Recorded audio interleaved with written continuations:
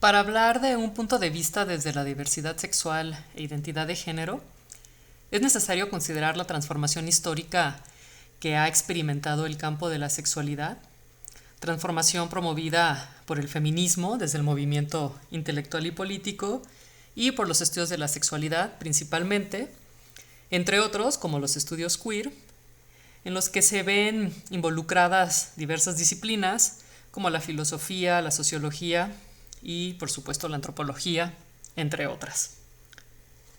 Me interesa iniciar con la revisión que hace Paul B. Preciado, antes Beatriz Preciado, quien nos dice que en el siglo XVII se posiciona el paradigma epistemológico en el que los órganos genitales constituían el elemento clave de la diferencia sexual.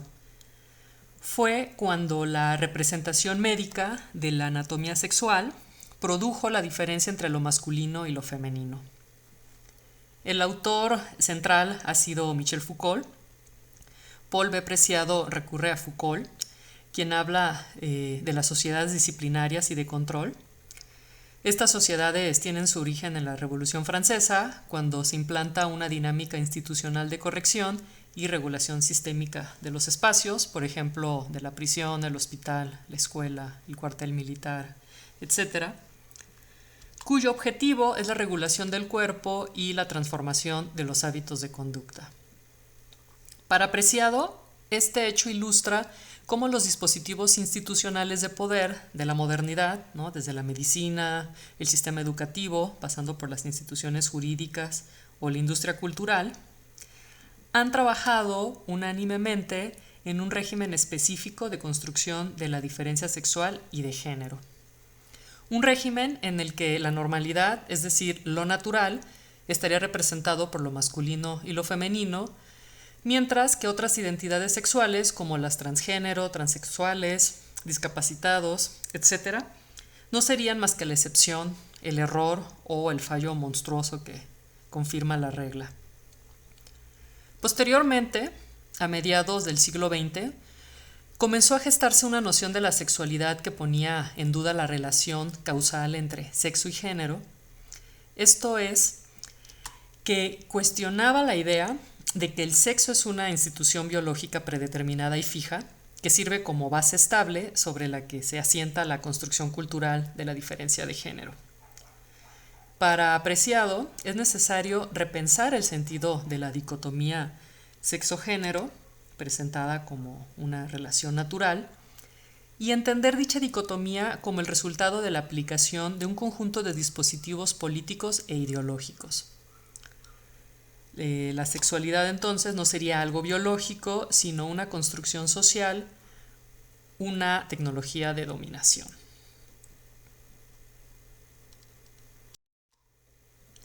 A partir de este contexto muy general, podemos entender que de inicio la mayor parte de los términos que se han manejado proceden de la sexología, una disciplina que creció a finales del siglo XIX.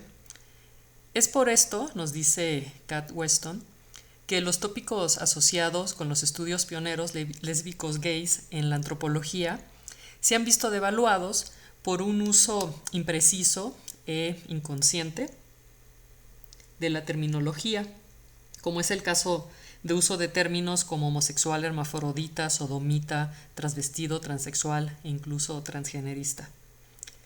Entonces, una discusión que es interesante retomar es precisamente la relacionada con la terminología, ya que en nuestro caso, en la realización de trabajo de campo, pues será necesario tener claridad respecto de la manera en cómo vamos a denominar aquello que estemos observando y registrando. Bueno, un concepto que es central, pero que ha sido controvertido, es el de homosexualidad. Por ejemplo, desde la dicotomía heterosexual-homosexual, Judith Butler, quien busca categorías subversivas, dice que la categoría heterosexual es tan falsa y vacía de esencia como la homosexual, ya que ambas no dejan de ser una imitación de un ideal de masculinidad o feminidad. Jurandir Freire Costa considera que el concepto de homosexualidad es insuficiente para describir o comprender la extrema diversidad de experiencias íntimas y o sexuales que ocurren entre personas del mismo sexo, lo ubica como un concepto esencialista, como una forma machista de ver el mundo. Además, señala el autor, es un concepto que naturaliza la condición inferior que la homosexualidad asume frente a su opuesto, es decir, frente a la heterosexualidad. Estos comentarios son a partir del pensamiento dicotómico, heterosexual-homosexual. Desde esta perspectiva, como vimos en la sesión pasada, la primera sesión, se coloca el polo heterosexual como normal, mayoritario, compulsivo, en oposición al polo enfermo del homosexual, antinatural. Como vimos, las dicotomías instauran desigualdades y borran el aspecto social, contextual y transitorio. Si tomamos esta segunda mirada, ¿no?, crítica, ¿no?, respecto del uso de dicotomías, entonces la heterosexualidad no es natural ni universal, es una institución social, histórica y por eso contingente. Bueno, para salir de la dicotomía, Kat Weston habla de los trabajos que se ocupan de la terminología y examinan el papel que desempeña la categorización sexual en la negociación del poder.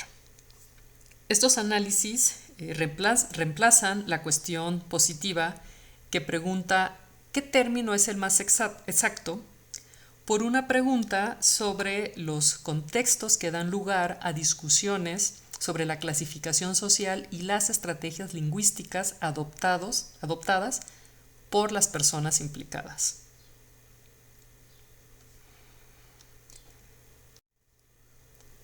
Pero la discusión en torno al término homosexual no termina con la cuestión de las dicotomías. Hay una más que me interesa retomar. Evelyn Grawolf y Sakia Wieringa mencionan que la investigación feminista lesbiana desde la década de 1980 ya advertía en que, y aquí leo una cita, las sexualidades están conformadas por y arraigadas en las jerarquías y las ideologías de género, que imponen constricciones diferentes a las mujeres y a los hombres. Los roles sexuales, los comportamientos, los significados y los deseos son diferentes para las mujeres y para los hombres. Cierro la cita. Las autoras hablan de la necesidad de separar analíticamente el estudio de la sexualidad femenina y el de la sexualidad masculina. Y aquí otra cita. Ellas dicen, no se gana nada con solapar las prácticas homosexuales femeninas y masculinas o transgenéricas en una única categoría, porque no son simples prácticas sexuales, sino prácticas que solo adquieren significado dentro de un contexto cultural determinado. Y con esto conecto con lo que podría ser el punto de vista desde la diversidad sexual. Retomo a José Antonio Nieto, quien habla de un resurgimiento de la antropología de la sexualidad a partir de la década de 1990, con la adopción del modelo construccionista social. Los construccionistas sociales van a seguir el punto de vista de Michel Foucault sobre la sexualidad humana. Entonces, el autor dice que entre 1920 y 1990, en la antropología imperó un modelo de interpretación biológica y biomédica de la sexualidad, denominado como el modelo de influjo cultural, donde la cultura quedaba determinada por la biología, lo que permitía llegar a conclusiones universalistas. Con el constructivismo social se da un salto de la universalidad a una comprensión particularizada de la sexualidad humana, lo cual se consigue por medio del registro etnográfico de la diversidad sexual. No es que no hubieran registros etnográficos antes, lo que sucede es que se incorpora una perspectiva más politizada e intersubjetiva que desestabiliza el fijismo conceptual del sexo y del género. José Antonio Nieto nos dice que un ejemplo que desmiente el determinismo biológico y sostiene la diversidad sexual es el de la homosexualidad. Y aquí seguimos nutriendo este término. El autor dice que los actos homosexuales se ejercen culturalmente, de modo que entre ellos hay diferencias sustanciales que no permiten ser encuadrados en un mismo marco conceptual. Y sobre todo, hay una organización y una estructura social que hace posible que la manifestación sexual en su práctica en sociedad se exprese de una forma u otra. Si se fijan, con este ejemplo, por ahí va el sentido de este modelo. Y bueno, continúo. El constructivismo social también incorpora la precisión temporal, a diferencia de antes, en el que el tiempo quedaba abstraído, ocultando la consecución de diferencias sociales. Otro punto es que las sociedades regulan la sexualidad, es decir, el significado de las conductas sexuales es resultado de la organización social. Y aquí presenta un ejemplo etnográfico. Nos dice que el semen que un adolescente zambia traga por medio de la felación le va a servir para crecer, masculinizarse y hacerse adulto. Así lo concibe y regula la sociedad zambia, que es una tribu africana, y pues nada que ver con la concepción de la felación en las sociedades occidentales. Paso a otro punto que dice que en la cultura radica el marco que posibilita establecer esquemas de análisis sexual. Es decir, que las culturas dan forma y contenido a las conductas, a las experiencias y a los actos sexuales en sociedad. Sigue el punto sobre la dicotomía mente-cuerpo, la cual se diluye. Nieto dice que el estudio de la sexualidad, al expandirse comprensivamente, al pluralizarse y diversificarse culturalmente, resalta no solo conductas y prácticas múltiples, sino que también las corporaliza. Es decir, materializa en carne las proyecciones y tendencias, hechos y conductas. Se añaden entonces otras vías de comprensión de la corporalidad, más allá de los genitales, como son los sentimientos, las fantasías y las sensaciones. Por último, se concibe a los individuos como actores sociales, quienes tienen capacidad innovadora, lo cual les permite crear, disentir y diferenciar, enjuiciar, valorar y dar sentido y significado diferenciado a conductas y prácticas, permitiendo unas, impulsando otras y prohibiendo las demás. Vemos que desde este punto de vista sobre la diversidad sexual es posible el desarrollo de teorías como la de la performatividad, la cual enfatiza la ambigüedad e indeterminación de los actores sociales que producen los discursos sexuales. Para Judith Butler, la identidad sexual es vivida como un performance altamente regulatorio. La autora dice que una persona no es mujer, sino que solo actúa como mujer. Mujer es una ficción reguladora, nunca está limitada o constreñida por un cuerpo anatómico, pues los cuerpos no están dados de forma natural. La dicotomía sexo-género provoca que el sexo sea algo natural, por tanto, la categoría sexo es normativa, es decir, funciona como norma y es la práctica reguladora que produce los cuerpos que gobierna y es también una matriz excluyente, ya que circunscribe fronteras. Butler nos dice que no hay una anatomía estable, el cuerpo no es una superficie pasiva, es decir, no solo el género es una construcción social, la anatomía sexual también lo es. Entonces, la feminidad no pertenece a un sexo particular.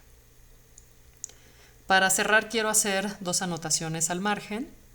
Una tiene que ver con la identidad de género, a pesar de decirse que es una construcción sociocultural, bueno, como vemos, comúnmente la derivamos de una anatomía. Esto nos lleva a revisar el concepto de género con más cuidado, lo cual haremos más adelante. Y la otra anotación que vale la pena hacer es sobre la tensión de estas perspectivas sobre la diversidad sexual con la movilización política feminista y homosexual. Si bien en mucho estas temáticas que provienen de estos colectivos también se ha señalado que complican las estrategias políticas, ya que desdibujan las identidades de los sujetos, poniendo en riesgo la reivindicación de derechos y las políticas públicas asociadas a estos derechos, pues no hay un beneficiario concreto. Y este punto es interesante porque estamos hablando de movimientos epistemológicos, pero que también son políticos. De aquí que las tensiones sean tanto a nivel de paradigma de pensamiento como en la movilización y acción política. Estos son dos elementos que no podemos perder de vista, pues están en mutua retroalimentación. Con esto termino esta presentación. Esta es la bibliografía que consulté y hay 2 actividades por realizar, las cuales les voy a publicar con sus instrucciones.